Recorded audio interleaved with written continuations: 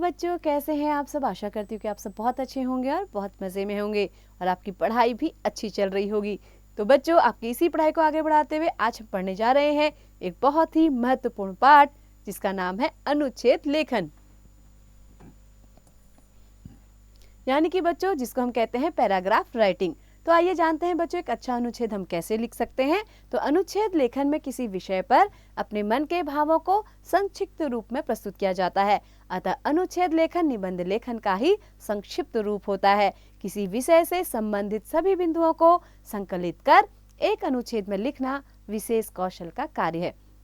तो बच्चों, आइए जानते हैं कि एक अच्छा अनुच्छेद लिखने के लिए हमें किन किन बातों का ध्यान रखना चाहिए। तो बच्चों, सबसे पहली और महत्वपूर्ण बात, अनुच्छेद सरल भाषा और छोटे वाक्यों में लिखना चाहिए। दूसरा, अनुच्छेद केवल एक गद्यांश होता है जिसमें कम शब्दों में अपने विचार रखने होते हैं। अनुच्छेद में निबंध की भांति प्रस्तावना नहीं लिखी जाती, बल्कि विषय से संबंधित विचार सीधे ही प्रस्तुत किए जाते हैं। जिस विषय पर अनुच्छेद लिखना है, पहले उसके भाव को अच्छी तरह समझ लेना चाहिए। विषय संबंधी मुख्य बिंदुओं को पहले ही नोट कर लेना चाहिए। अनुच्छेद में सभी मुख्य बिंदु आने चाहिए। अनुच्छेद लेखन में उक्तियां, मुहावरे, सूक्तियों का प्रयोग श्रेयस्कर माना जाता है। तो आइए बच्चों, कुछ उदाहरण भी देख लेते हैं। यहाँ पर आपको अनुच्छेद लेखन के कुछ उदाहरण दिए गए हैं। पहला अनुच्छेद है बच्चों, हमारे नए अध्यापक के ऊपर। तो बच्चों, हमारे विद्यालय में अनेक अध्यापक हैं, उनमें से अधिकांश पुराने हैं, परंतु वर्तमान में श्री रामपाल जी हिंदी के नए अध्यापक आए हैं। वे नए अवश्य हैं, परंतु थोड़े ही समय में छात्रों तथा अध्यापकों में इतने घुल मिल गए हैं कि ऐसा प्रतीत होता है कि मानो वे यहाँ वर्षों से रह रहे हैं। वे हमारे कक्षा अध्यापक हैं। उनके शरीर, हाव भाव को देखकर उनसे डर लगता था, परंतु 2-4 दिन में ही एहसास हो गया कि ऊपर से रुक्ष व कठोर दिखने वाले श्री रामपाल जी अत्यंत कोमल व भावुक हैं। हिंदी पढ़ाते समय वे जिस प्रकार के उदाहरणों, घटनाओं तथा सूक्तियों का सहारा लेते हैं, उससे उनके ज्ञान का पता चलता है। हिंदी के अतिरिक्त उनका संस्कृत भाषा पर भी पूरा अधिकार है। अगला देखिए बच्चों, दूसरा उदाहरण है कुसंगति का प्रभाव। तो बच्चों, अनुच्छेद आप देख रहे हैं ना, संक्षिप्त है, छोटा सा है और इसमें क्या की गई है, वर्ड टू वर्ड आपकी बिल्कुल क्रमबद्ध तरीके से बातों को रखा गया है। अब देखते हैं, कुसंगति का आशय बुरी आदतों और बुरे लोगों का साथ से है। कुसंगति की तुलना ऐसे जड़ से की गई है जो सबसे भयानक होता है। यह हमारी बुद्धि को तो भ्रष्ट करता ही है, साथ ही हमारे आचरण को भी निंदनीय बना देता है। यदि कोई बुरी संगति में फंस जाता है तो उसकी स्थिति उस व्यक्ति की तरह होती है जिसके पैरों में कोई भारी पत्थर बांध दिया गया हो। यदि वह आगे बढ़ना भी चाहेगा तो उस भारी पत्थर के कारण पतन के गड्ढे की ओर ही जाएगा। लेकिन यदि व्यक्ति की संगति अच्छी होगी तो यह उस भुजा के समान होगी जो उसे सहारा देकर उन्नति की ओर ले जाएगी। इसीलिए हमें सावधानी रखनी चाहिए कि जीवन में सदा अच्छे मित्रों का साथ पकड़ें और कुसंगति से बचें। तो बच्चों, अब देखिए तीसरा अनुच्छेद, जिसका शीर्षक है पुस्तकालय। पुस्तकालय मां सरस्वती का ऐसा पवित्र मंदिर है जहां मनुष्य बिना किसी भेदभाव के प्रवेश करके अपनी रुचि के अनुसार ज्ञान विज्ञान का अध्ययन कर सकता है। पुस्तकों का घर ही पुस्तकालय है। एक ही स्थान पर अनेक विषयों की अनेक पुस्तकें पुस्तकालयों में उपलब्ध रहती हैं। पुस्तकों के साथ साथ समाचार पत्र तथा पत्रिकाएं भी वहां पढ़ने के लिए उपलब्ध होती हैं। सभी विद्यालयों, कॉलेजों तथा विश्वविद्यालयों के अपने अपने पुस्तकालय होते हैं। इनके अलावा सरकारी स्तर पर भी अनेक पुस्तकालय खोले जाते हैं, जिनके सदस्य बन जाने पर वहां जाकर ज्ञानार्जन किया जा सकता है। सार्वजनिक पुस्तकालयों द्वारा अनेक निर्धन तथा आर्थिक रूप से कमजोर छात्र एवं व्यक्ति अध्ययन में मदद प्राप्त करते हैं।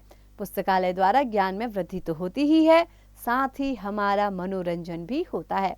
अनेक प्रकार की पत्र पत्रिकाएं हमारा मनोरंजन तो करती ही है, साथ ही साथ हमारे मानसिक स्तर को भी ऊंचा उठाती हैं। हमारा कर्तव्य है कि हम पुस्तकालयों में जाकर अपने समय का सदुपयोग करें तथा पुस्तकालयों के नियमों का भली भांति पालन करें। तो बच्चों, आगे बढ़ते हैं। तो बच्चों, अगला अनुच्छेद है गंगा के ऊपर। तो बच्चों, गंगा भारत की उन प्राचीनतम नदियों में से है जिन पर भारतवासियों को बहुत श्रद्धा है। गंगा केवल एक नदी ही नहीं बल्कि इसका संबंध भारत की संस्कृति तथा इतिहास से जुड़ा है। यह पवित्र नदी हर भारतवासी के लिए अत्यंत पवित्र तथा पूज्य है। भौगोलिक दृष्टि से इस नदी ने उत्तरी भारत के विशाल उपजाऊ मैदान को बनाया है तथा भारत भूमि को धन धान्य से पूर्ण किया है। हिमालय के गंगोत्री नामक स्थान से निकलकर वह समूचे उत्तर भारत को अपना अमृत जल से सींचती हुई हजारों मील की यात्रा करती हुई बंगाल की खाड़ी में समुद्र में मिल जाती है। इस नदी के तट पर प्राचीन काल में हमारी सभ्यता और संस्कृति का विकास हुआ था। इसी के किनारे बैठकर हमारे ऋषि मुनियों ने अनेक महत्वपूर्ण ग्रंथों की रचना की। गंगा नदी के तट पर अनेक तीर्थ स्थान जैसे हरिद्वार, ऋषिकेश, काशी, प्रयाग आदि हैं। इसी के किनारे कानपुर, कोलकाता जैसे बड़े औद्योगिक नगर भी स्थित हैं। भारत में गंगा को देवी देवता के समान पवित्र समझा जाता है। अगला अनुच्छेद है बच्चों, देखिए प्रदूषण के ऊपर। तो बच्चों शुरू करते हैं, ध्यान से समझिएगा।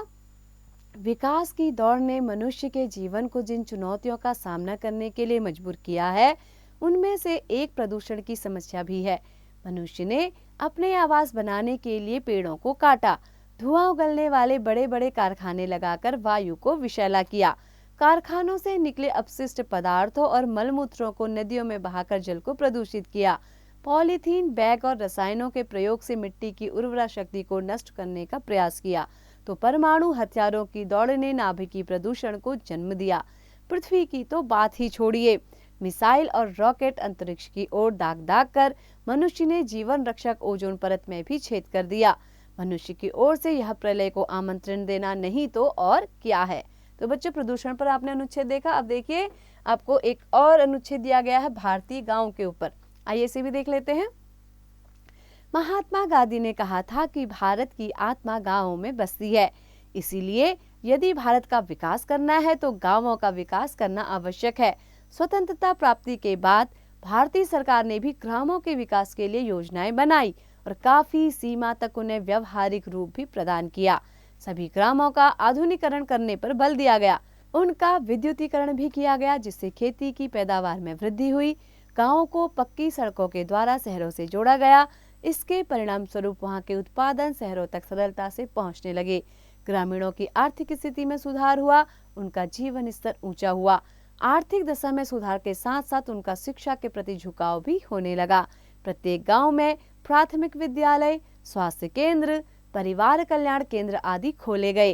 ग्रामीण बैंकों द्वारा आसान शर्तों पर ग्रामीणों को ऋण उपलब्ध कराए गए। किसानों को खेती के अच्छे बीज, रासायनिक खाद, सिंचाई सुविधाएं उपलब्ध कराई गई। कृषि के वैज्ञानिक साधनों को अपनाने के लिए किसानों को प्रशिक्षण दिया गया। इन सभी के परिणाम स्वरूप भारतीय गांवों का भी सर्वांगीण विकास हो रहा है। पेयजल की व्यवस्था भी प्रत्येक गांव में की जा रही है।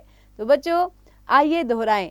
देखिए कुछ आपको इस पाठ में आपने क्या क्या चीजें सीखी हैं, इन महत्वपूर्ण बिंदुओं को एक बार हम फिर से जान लेते हैं। तो बच्चों आपने जाना अनुच्छेद लेखन में किसी विषय पर अपने मन के भावों को संक्षिप्त रूप में प्रस्तुत किया जाता है, यानी छोटे रूप में। अनुच्छेद लेखन निबंध लेखन का सही और संक्षिप्त रूप होता है। अनुच्छेद लिखने से पहले उसके भाव को अच्छी तरह समझ लेना चाहिए। अनुच्छेद सरल भाषा और छोटे वाक्यों में लिखना चाहिए। अनुच्छेद में निबंध की तरह प्रस्तावना न लिखकर विषय से संबंधित विचार सीधे ही प्रस्तुत किए जाते हैं। तो बच्चों आशा करती हूँ कि आपको अनुच्छेद लेखन से संबंधित ये सभी बातें अच्छी से समझ में आ गई होंगी। आप इनका ध्यान रखिएगा और एक अच्छे अनुच्छेद लिखने का प्रयास कीजिएगा। तो बच्चों ऐसे ही पढ़ते रहिए, आगे बढ़ते रहिए और इसका अभ्यास करते रहिए।